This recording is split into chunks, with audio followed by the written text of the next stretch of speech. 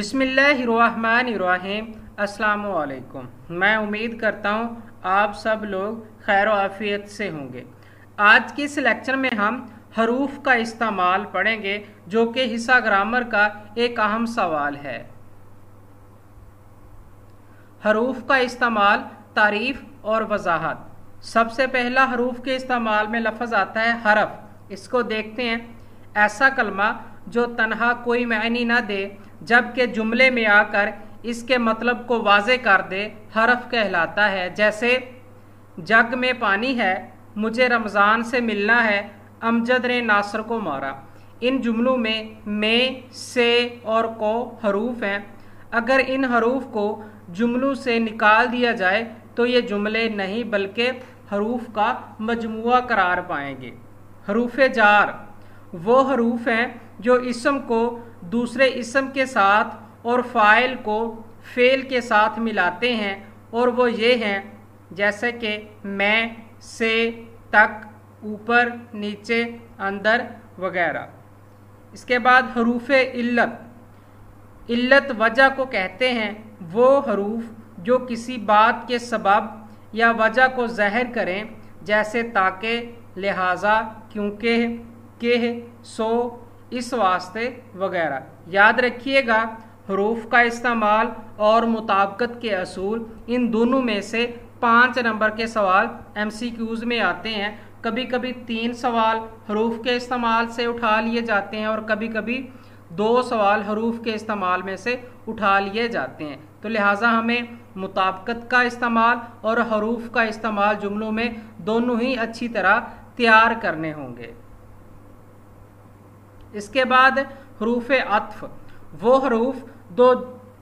हरूफ जो 2 इसमों, 2 फ़ेलों और 2 जुमलों को आपस में मिलाएं, हरूफ अत्फ कहलाते हैं। जैसे वा, और, करके, फिर। मिसालें मसलन शामो सहर, वो आया फिर चला गया, असलम आके चला गया। तो ये इसमें आके क्या है, हरूफ अत्फ है, क्योंकि ये दोनों जुमलों को आपस में मिला रहा है। इसके बाद शामो सहर, तो इसमें वाव जो है ये हरूफ अत्फ है, क्योंकि ये दोनों जुमलों को आपस में मिला रहा है। उसके बाद है हरूफ शर्त जो जज़ा। वो हरूफ हैं जो शर्त के मौका पर बोले जाते हैं, हरूफ शर्त कहलाते हैं। जैसे अगर, अगरचे, वरना। वो हरूफ जो शर्त के जवाब में बोले जाएं, हरूफ जज़ा कहलाते हैं। जैसे तब, तू, जैसे वगैरह।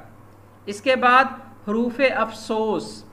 वो हरूफ जो इजहार अफसोस करते वक़्त बोले जाते हैं, हरूफ अफसोस कहलाते हैं। जैसे हीफ, उफ, सद हीफ, अफसोस, सद अफसोस, हाय, वाय, आह, ओह।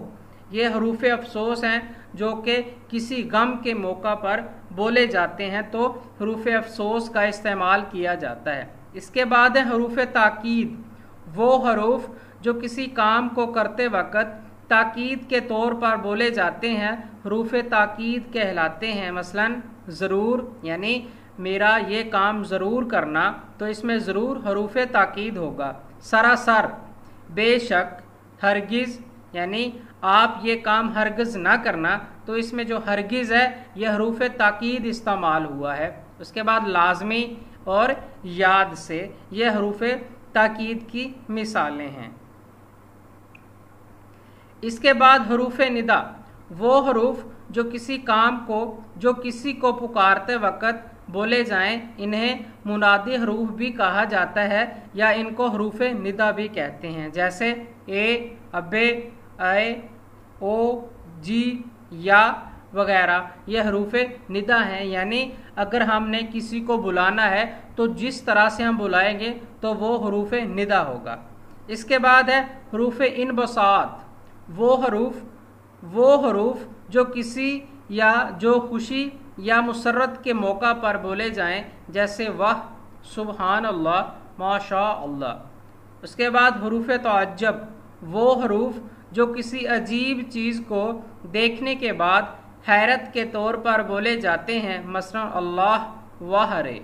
ये हरूफ तअज्जुब हैं, यानी अगर हम किसी अजीबोगरीब चीज़ को देखते हैं तो जो हरूफ बिला झिझक हमारी ज़बान से निकलते हैं तो उनको हम हरूफ ताज्जुब कहते हैं। उसके बाद हरूफ इजाब, वो हरूफ जो किसी सवाल के जवाब या किसी के कुछ पूछने पर जवाब के तौर पर बोले जाते हैं, इनको हरूफ इजाब कहते हैं। जैसे कि जी, जी हाँ, अच्छा, बहुत अच्छा, वाकई, जी ठीक, जी आप दुरुस्त फरमा रहे हैं। तो इनका क्या होगा, इनका जिक्र हरूफ इजाब में होगा। उसके बाद है हरूफ बयान, वो हरूफ जो किसी बात की वजाहत करने के लिए दो जुमलों के दरमियान बोले या लिखे जाएं, इनको हरूफ बयान कहते हैं। जैसे केह, ताकेह, मुबादा, यह हरूफ बयान में इनको शुमार किया जाता है।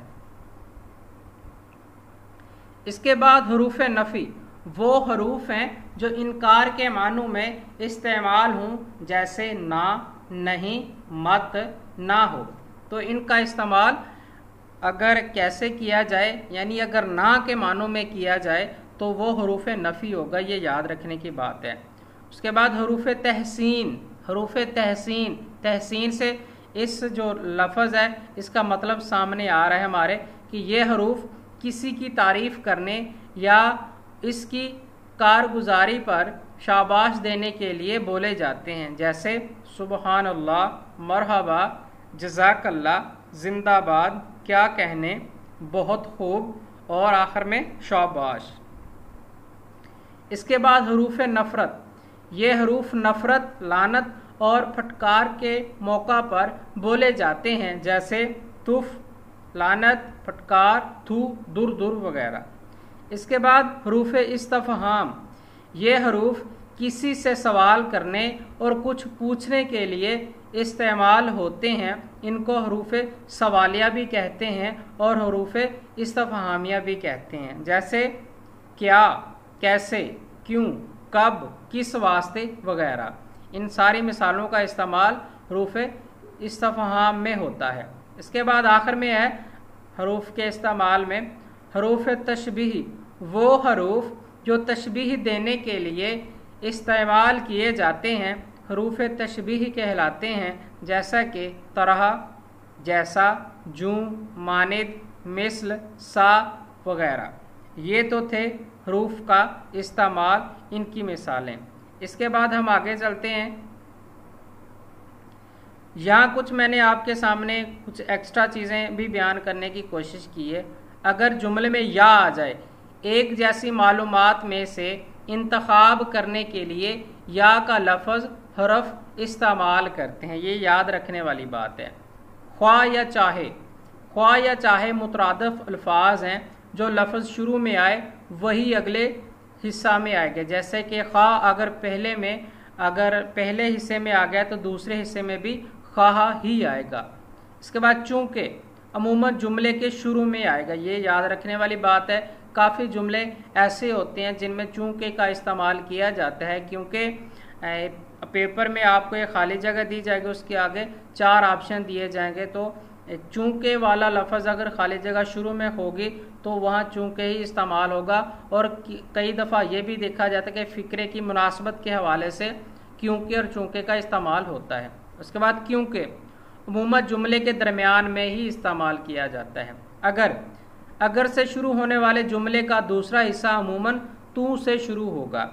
अगर से शुरू होने वाले जुमले का दूसरा हिस्सा अमूमन तू से ही शुरू होगा। इसकी काफ़ी मिसालें आपकी असल टेक्स्ट बुक में भी हैं और सरे सरमाया पे भी हैं, तो उधर से भी आप तैयार कर सकते हैं। उसके बाद अगरचे से शुरू होने वाले जुमले का दूसरा हिस्सा अमूमन लेकिन से शुरू होगा। याद रखने की बात है, अगर एक जुमला अगरचे से शुरू हुआ है तो उसके दूसरे हिस्से में लेकिन का लफ्ज़ लाजमी आएगा। चूँकि से शुरू होने वाले जुमले का दूसरा हिस्सा इसलिए से शुरू होगा, ये याद रखने वाली बात है। चूँकि का लफ्ज़ अगर शुरू में आ जाए तो उसके बाद इसलिए इस्तेमाल होगा। जूं से शुरू होने वाले लफ्ज़ जुमले का दूसरा हिस्सा तू से शुरू होगा, ये भी याद रखने वाली बात है। इसके बाद जैसे से शुरू होने वाले जुमले का दूसरा हिस्सा वैसे से ही शुरू होगा। सवा, सवा या अलावा। मुतरादिफ अल्फाज हैं, किसी एक का इंतखाब करना होगा। ये इंतखाब आप फ़िक्रे की मुनासबत से करेंगे।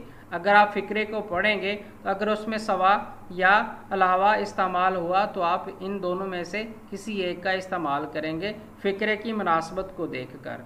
इसके बाद लेकिन और मगर मुतरादिफ अल्फाज हैं, किसी एक लफ्ज़ का इंतखाब करना होगा फ़िक्रे की मुनासबत को देखकर।